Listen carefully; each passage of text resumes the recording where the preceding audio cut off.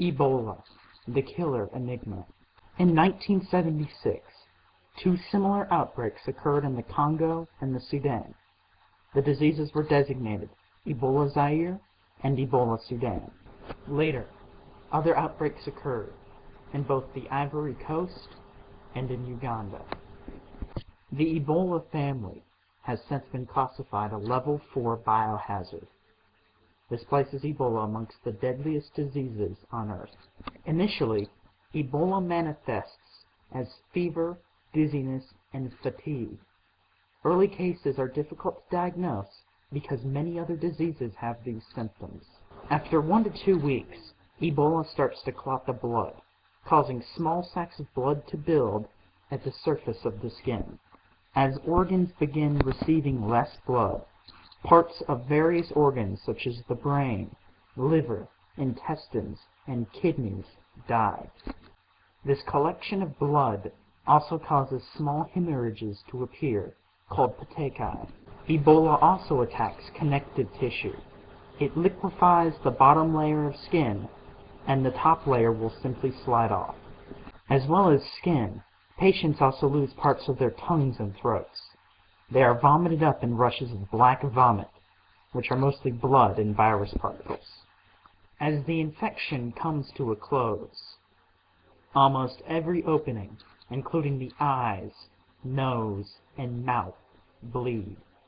Finally, the heart ruptures and blood pumps into the chest, causing blood pressure to go down massively.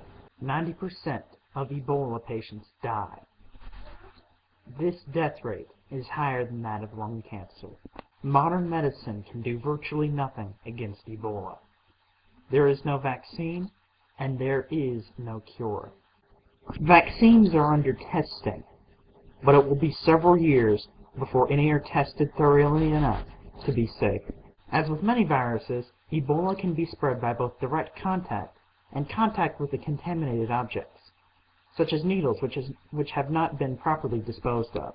Aerosol transmission has been studied in laboratories and found to be possible. It has not, however, been seen in a real outbreak. Ebola's source is also uncertain. Primates are a suspected carrier. However, Ebola kills them. Bats are suspected as well, but the size of the African rainforests means that more inquiry will be required in order to fully understand this. Ebola is also understood to be a lytic-type RNA virus.